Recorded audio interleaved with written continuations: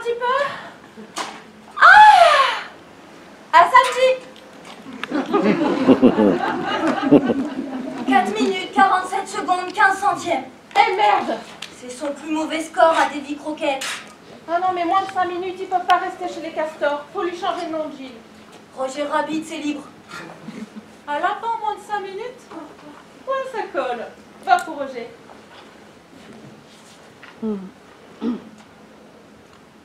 Ah non, mais je note, hein, parce que la semaine dernière, ils m'ont baisé d'une demi-heure. Donc maintenant, je note et j'additionne. Il n'y en avait plus chez Davies. J'ai dû aller jusqu'à Gateshead.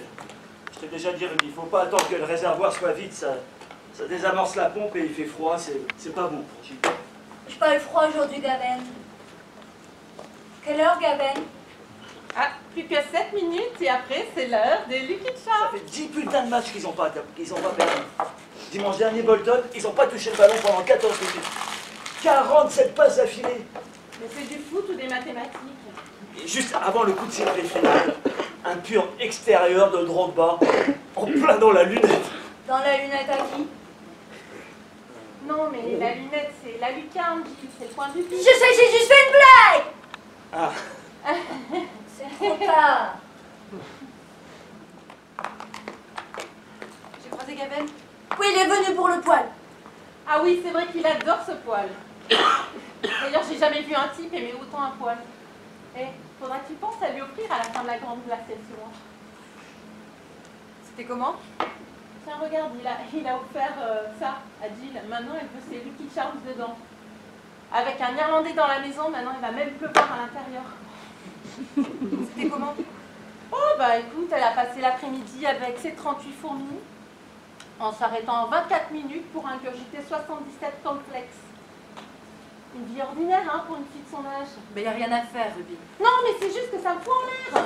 Bon, écoute, au centre, le docteur dit qu'elle est heureuse comme ça. Et qu'est-ce qu'il s'y connaît, ce gros porc en bonheur? C'est pour ça qu'il m'appelle 2 fois par semaine? Mackenzie. Ah ouais, nom de code Lucky Luke, cause qu'il a la gâchette rapide. Et j'ai reconnu sa voix tout de suite. Tu savais, Ruby, dans la fourmilière, c'est la case des ouvrières qui fait tout. Les mâles, ils sont inactifs. Ils sortent que pour féconder la future reine. Après, ils meurent. Ah bah, chez nous ils dorment. Et tu savais, il y a même des ouvrières, elles élèvent des pucerons pour la communauté. Et tu vois tout ça dans ton petit machin? Oui. J'ai reconstitué toute leur organisation polyformique. La plus grosse, celle-là, Césarelle. C'est la seule qui a des ailes. Mais pas pour toujours, hein. Elle va les manger, ça lui donnera de l'énergie pour pondre. Et ceux qui se la coupent douce, là, en bas, c'est les mâles. Ah bah oui, je reconnais Gabon avec son petit maillot à rayures. Et tu savais, Ruby, il existe une race de fourmis, elle est capable de se faire exploser pour protéger son nid. Elle se fait péter l'exosquelette, ça libère un jet de venin. C'est une sorte de fourmi palestinienne. Non, de Malaisie, j'ai pas dit... Pourquoi t'as dit ça, Ruby? Pourquoi t'as dit ça? Pourquoi elle a dit ça? J'ai dit Malaisie en Asie du Sud-Est, 329 750 km², la capitale est Kuala Lumpur. Le taux de natalité supérieur à la Chine, le pays situé à 200 km au nord de l'équateur. J'ai dit Malaisie en Asie du Sud-Est. Non mais c'était une blague comme toi tout à l'heure. Le taux de natalité supérieur à la Chine, 329 750 km². J'ai dit Malaisie. Salut, pourquoi elle a dit c'est une sorte de fourmi palestinienne? J'ai dit Malaisie en Asie. Ruby s'excuse parce qu'elle connaissait pas du tout cette race de fourmis. Ah non. Comment s'appelle-t-elle déjà? Comment s'appelle-t-elle? Coponotus, comment s'appelle-t-elle, Jill? Camponotus. Merci, c'est bien, chérie, merci, maman. Camponotus. Elle s'appelle Camponotus. Un naturaliste nommé Wilson, il a dit que si la fourmi, elle avait l'arme nucléaire, il resterait rien de la Terre. En une semaine! Ok, Jill. D'accord. Tout va bien. combien? Pour le bébé. Gaben, Combien il te file pour le bébé? pourquoi tu veux savoir ça? Ça vaut combien, un petit morceau de toi? Gaben, Non, c'est juste pour savoir. ben désolé. 20 000? 30 000? Bon, arrête. Et puis laisse ta tasse dans l'évier en partant. J'en veux pas ton café. Merci de vous être libéré pour notre rendez-vous. Installez-vous. Vous travaillez, Sally? Vous savez bien, Oui, mais depuis. je cherche. Et vous trouvez?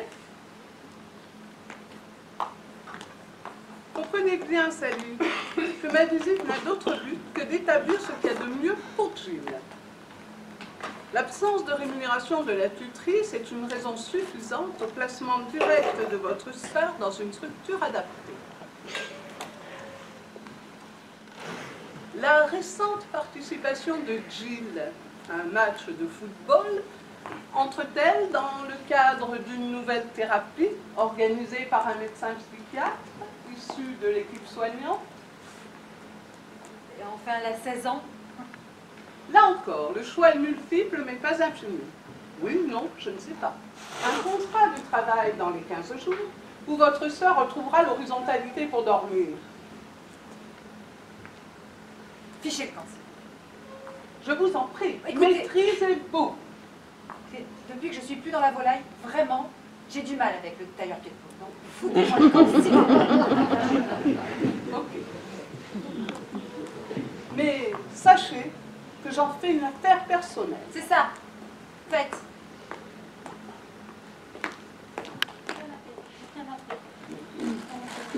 Viens m'aider. Jill, s'il te plaît.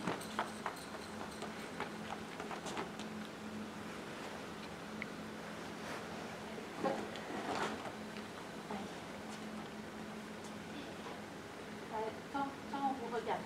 La ligne, elle doit être en haut, la ligne. D'accord? Voilà. Bonjour. Bonjour. Entrez, je vous en prie. Entrez. Je suis Sally. Et ça, c'est Ruby. Hi. Ruby, Gordon et Paul. Paul. Hey Gordon. Je peux vous débarrasser, peut-être? Volontiers.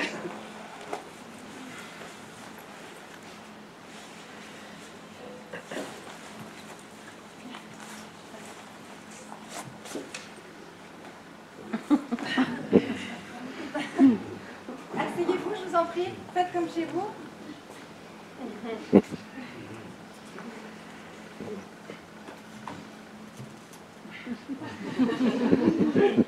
Je peux vous offrir à boire, quelque chose? On a une excellente bière. Ah, nous ne buvons pas d'alcool. Moi non plus. Pourquoi la future maman n'est pas avec vous? Eh ben, on va dire qu'elle est là, un peu dans chacun de nous deux. Nous sommes un couple homosexuel. C'est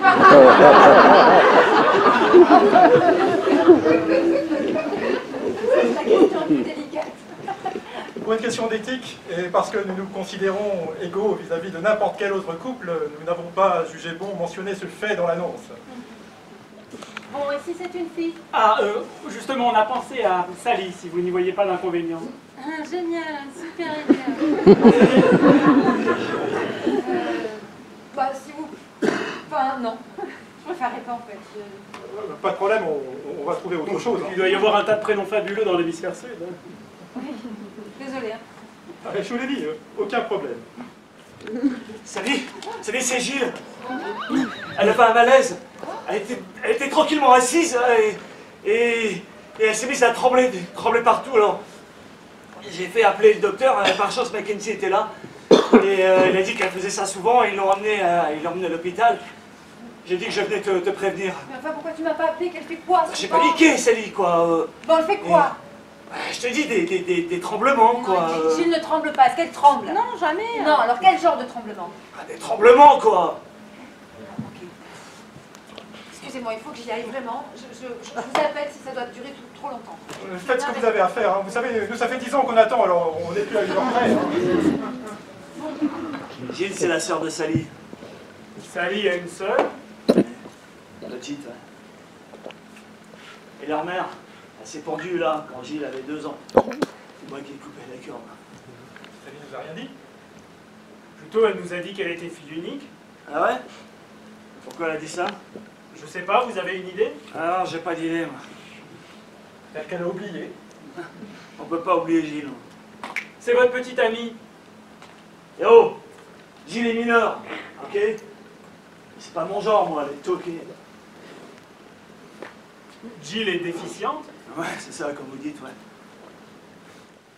C'est quoi? Ben, si tu regardes pas, tu sauras jamais.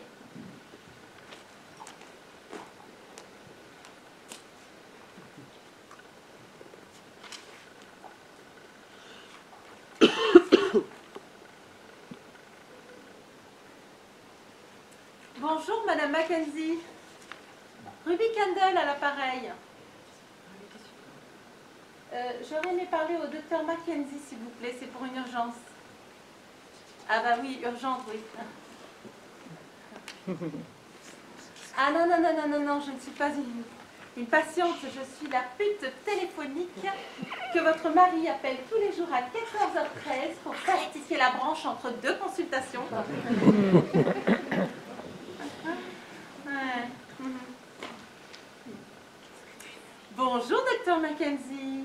Excusez-moi de vous déranger en plein Scrabble. Mais en tant qu'ancienne bonne ouvrière, j'avais envie de vous dire que j'ai beaucoup de compassion pour votre bite. Et que samedi, avec Sally, on ira chercher Jill. Tadam. Mais Ruby, qu'est-ce que tu fais là? Et c'est quoi ça? Eh quoi, j'aurais dû dire sexe? Non, c'est quoi ça? Alors écoute, Sally, si tu sais plus lire, c'est embêtant. D'autant que toi et moi, à partir d'aujourd'hui, on est officiellement propriétaire d'une tonne de revues cochonnes. Qu'est-ce que t'as fait, Ruby? Mais je te l'ai dit, je suis allée à Londres voir Paul et Gordon. Et ben... rien d'autre que de laisser cette foutue porte ouverte.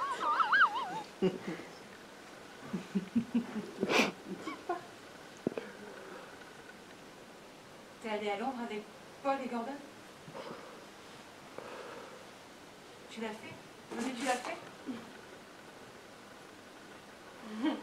Non, on va la récupérer. Oui,